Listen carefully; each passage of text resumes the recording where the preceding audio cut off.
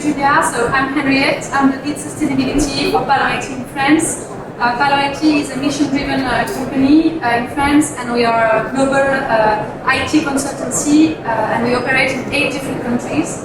In France, we are located in Paris, Lyon, Nantes, and Toulouse. Hello everyone, I'm Laura Huguet. I'm a carbon footprint specialist at Carbo. Carbo is an application that helps companies to take control of their carbon emissions by calculating, improving, and monitoring their carbon footprint. Hello everyone, really happy to be here. My name is Christian. I'm in charge of digital solutions at Ksapa. Ksapa is a mission-driven company in entreprise d'émission, headquartered in Paris and operating worldwide. And our purpose as an organization is to try to create operating and investing models that perform economically well, while bring at the same time very positive environmental and social benefits. So we have a team of experts with expertise ranging from sustainability to investing and financing, but also information technology, agronomy and development. And so we do many things at Ksapa. We advise the private sector on sustainability strategies. We advocate around the SDGs, Sustainable Development Goals standards. And we also create actionable solutions, one of which being Suti, that I will talk about later. Thank you. Let's dive into the topic with a couple of figures to give you an idea, an understanding of the impact of IT within sustainability. First, let's talk about energy consumption. If information technology was an actual country, it would rank 3rd in emissions, behind the US and China. 14 billion, that's the amount of smartphones that we have to produce. Each of these smartphones, on average, represents 70 kilos of carbon dioxide or equivalent gas that is being emitted. Of those 14 billion smartphones, we only collect and process 20% of those. 30% is somewhat or completely recovered, and 15% of these 14 billion go to waste in incineration. This gives you an idea of the complexity and the scale of the challenge for IT if we want to meet any kind of sustainability scenario. Addressing these challenges, it requires both a scientific approach, but also a systemic. You have to measure consumption on one hand, but you also have to rethink how you design and how you build your products from the start. Sharing is in the DNA of PALO IT, and we would like to introduce to you one of our partners and our clients, Carbo and Ksapa today, and give you insight into Suti and understand how this application and this solution challenges current IT tracks and tries to build a better future. Let's kick off with Laura from Carbo. I have a first question for you. We always think the internet is wireless, but it does rely on very real infrastructure. Can you tell us a little bit about the investigation you led with your team at Carbo, and tell us about how data travels? Yes, sure. Thank you, Julia. I will try to answer you as accurately as possible. So, as you just said, globalization of the digital have a massive impact on the environment. It represents today 4% of the total GHG emissions, and this number could double by 2025 only. Regarding to France, it represents 2% of our emissions, and this could reach 7% by 2040 if we keep following the trend. So, the companies need to play their role to get more sustainable. But before reducing their impact, they first need to understand where it comes from and how to measure it. So that's why at Carbo we developed a special methodology to understand better the impact of the company and to help them to take their efforts where it matters. So as you can see here, digital has two main sources of impact. First is manufacturer adverse, which represents about 80% of the impact, and the energy consumed to run the data is about 20%. We will focus in the study on the second number, that's to say the energy consumed by the devices and so on, because it's very specialized to digital. So the three main sources of the data is devices, which represent about 25%, network infrastructure 28%, and data center 47%. So we will take a focus on the data journey and all the electricity which is consumed by the data to be able to see data on your devices. We have so three main sources, and for each data point, we have developed a special methodology to understand better the impact of the data on the device, network, and data center. So first, for the devices, the purpose is to understand the percentage of battery used to see the data on your device. So we will ask from the company a certain amount of information, such as traffic, time spent on the page, or active users. Therefore, we can determine the power effectiveness coefficient per minute, which allows us to calculate the energy consumed by the device. Eventually, we will apply the electricity mix of the device where the device is located. For the network, it's kind of the same. We will ask physical elements from a company, such as data, number of downloads, number of pages. So we can estimate the electricity needed to route the data through the networks. And depending on the type of networks, it's 3G, 4G, or Wi-Fi, it will determine the amount of electricity needed and therefore the emissions generated. For the data center, there is two types of approach. Depending on if the company hosts its own data center or if the company rents a part of the data center from a third party, like Amazon, OVH, or Google, for instance. So, in the first scenario, if the company hosts its own data center, we will use a physical approach, meaning we will require information about the amount of data stored in the data center and the amount of requests for the data center. Then we will also apply the electricity mix of the country where the data center is located to understand better the amount of electricity consumed to run the data center. And the second scenario, if the company rents a part of an external data center, we will go to a monetary approach, which means we will ask for the company how much they spend to rent this part of the data center, and we will take a share of the global footprint of the external data center. You have to know that the monetary approach is less accurate than the physical approach, but sometimes companies just don't have the information from the external services. That's why we apply a monetary factor. So, to resume it, we need to analyze all the digital ecosystem from a company. So, depending on if they have a website, a web app, a SaaS app, external services, or an API, we will add all the electricity consumption from the devices, the network, and the data center to have a global approach about the impact of the data from the company. So I hope I answer your question, and if you need more detail, do not hesitate to ask. Great, thank you, Laura. So we see you really looked at the entire value chain in terms of IT and how our data travels. We also see that design and manufacturing really does play a key role in reducing our impact, a lot more than the data itself. Yet, can you tell us about the type of solutions that are actually out there to reduce energy and resource consumption on these units?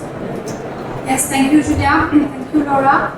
So, of course, as Laura mentioned, there are two main components regarding the IT lifecycle solutions impact. The first one is the manufacturing of the devices, and the second one would be the energy consumed during the operations. So quite naturally, PALO IT's approach regarding sustainable IT is based and structured on these two goals.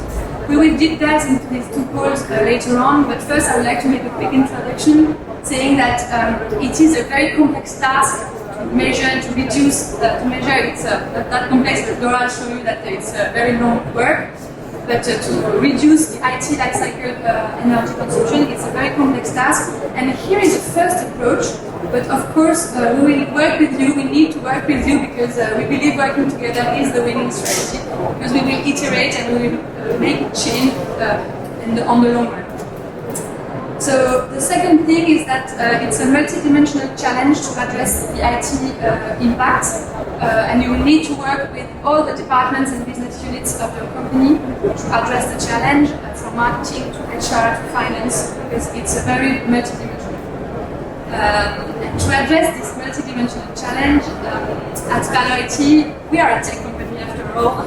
We built a platform to have a common vision to visualize all the IT footprint of each company. And this platform allows you to assess and measure your IT footprint.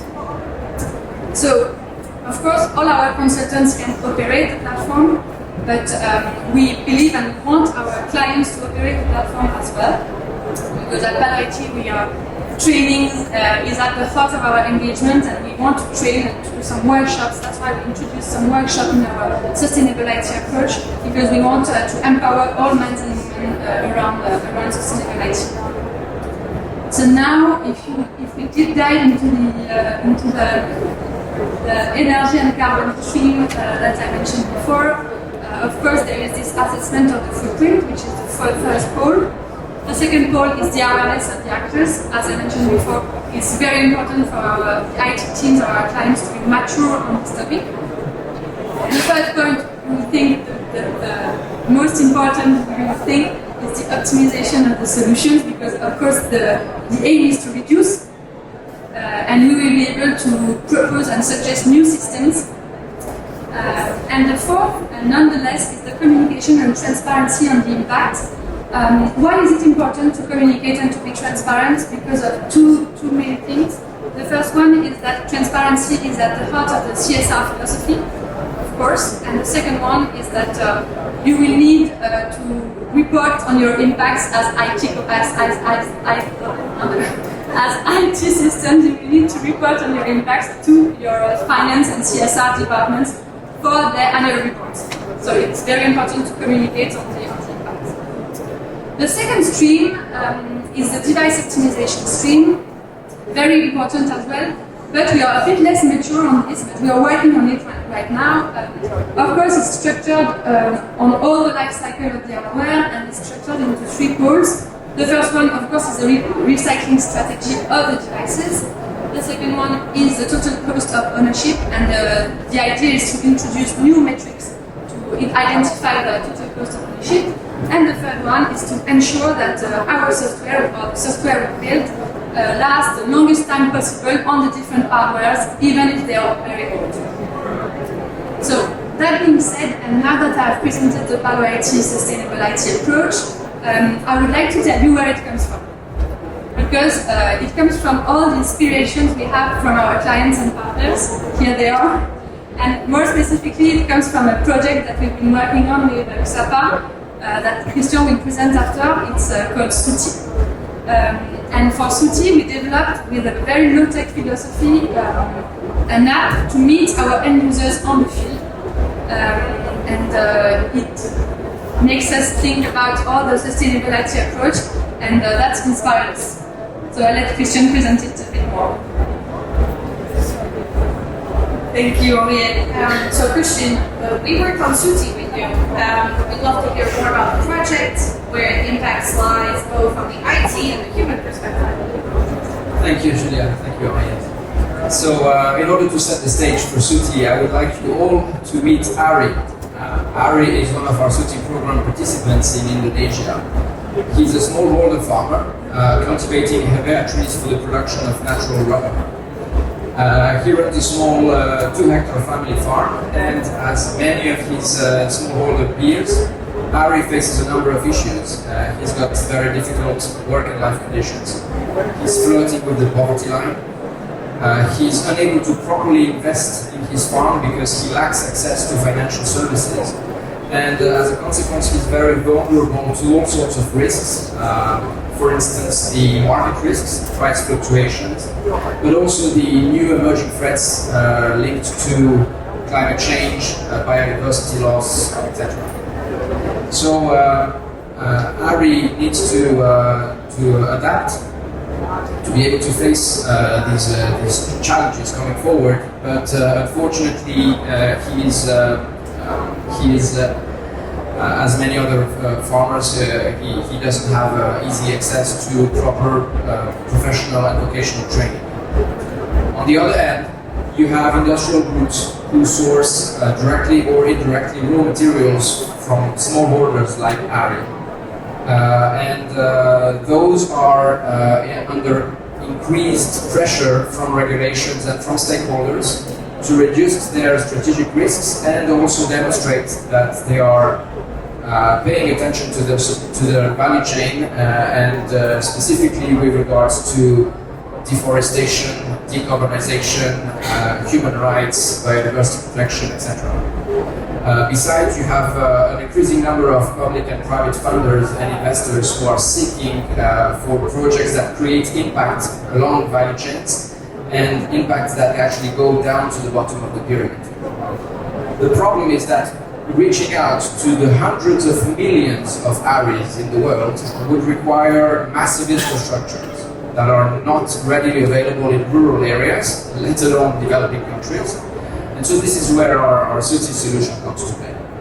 So Suti, which stands for Scale Up, Training, Traceability and Impact, is an initiative that allows the organization of scalable capacity building programs to equip the farmers with the right good agricultural practices and diversification techniques with the objective of structurally improving their resilience and also bring positive environmental impact through a reduced environmental footprint.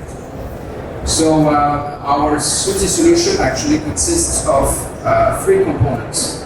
There is a program design and management component to orchestrate and organize all of the human efforts in such an enterprise. We have a set of digital tools to allow essentially to scale such initiatives at a very affordable cost. And we also make use of innovative impact-linked finance to boost the economic profitability of such initiatives and to eventually reward farmers also, make them benefit from the carbon economy, for instance. So the idea for us is, or our ambition is to actually train 1 million farmers in many agricultural communities in the next decade to ultimately contribute to more socially inclusive value chains. And we have already started with projects in Asia with private sector sponsors.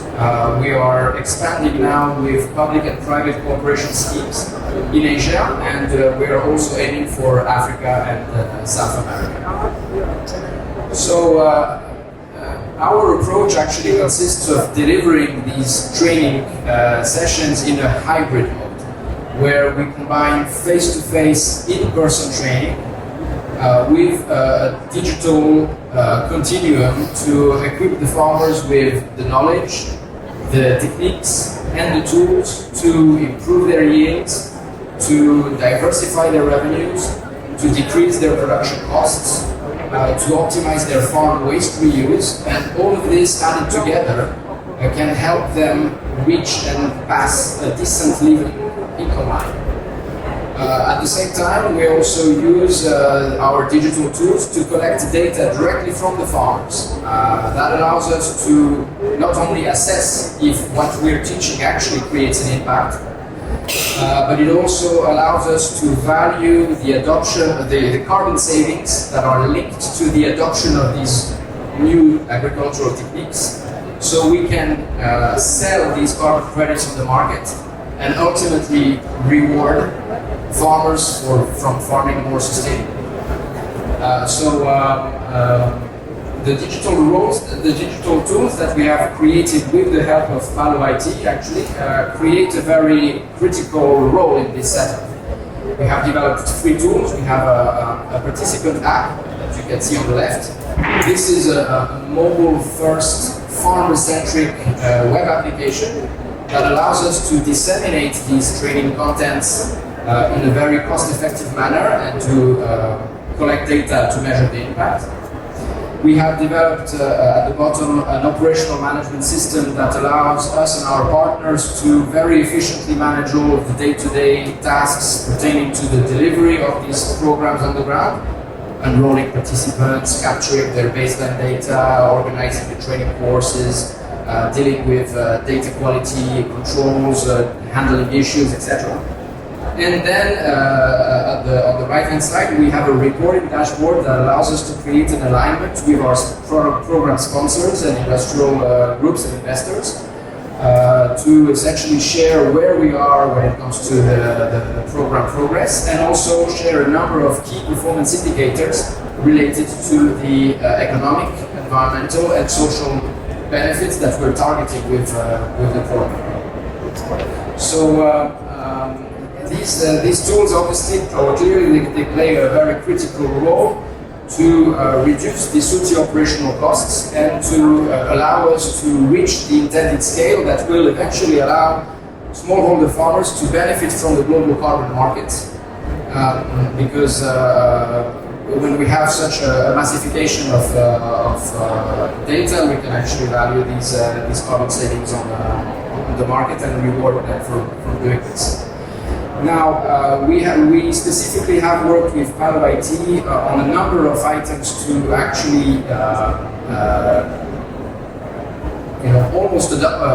almost inspired from a low-tech approach to essentially lower the access barriers and make our solution as inclusive and as accessible as possible to our farmer communities. And this is, in this particular context, of utmost importance because, as you may imagine, smallholder farmers are not very well equipped in terms of devices. They are not really accustomed to using applications, so there was a particular effort in trying to do this.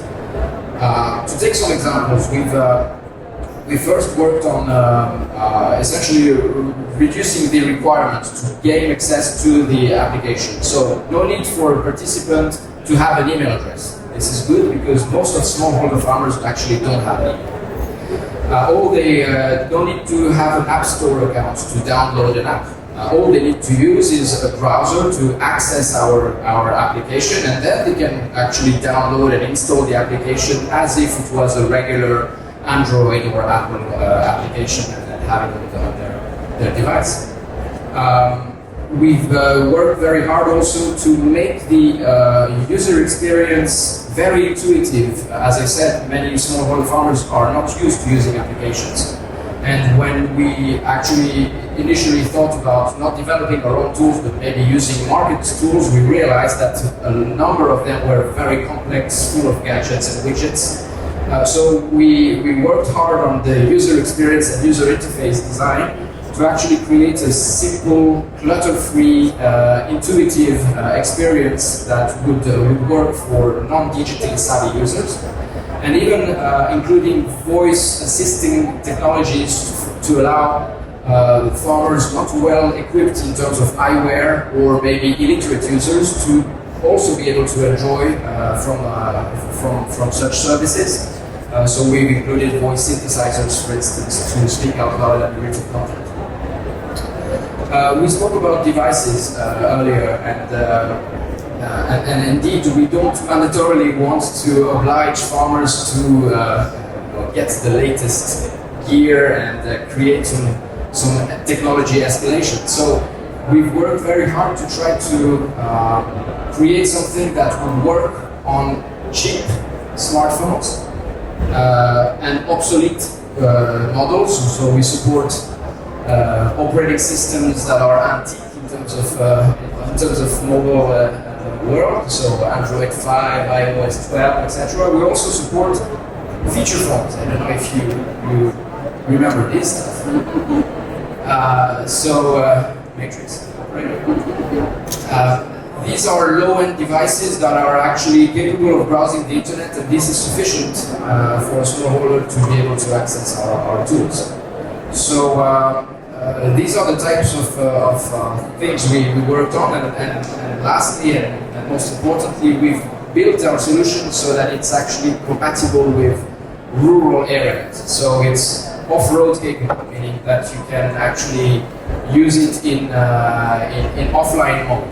And this is important because in rural areas sometimes there is no connectivity, so farmers can come to a center, get access to a training, download it locally, and continue to access it while they are back on their farm.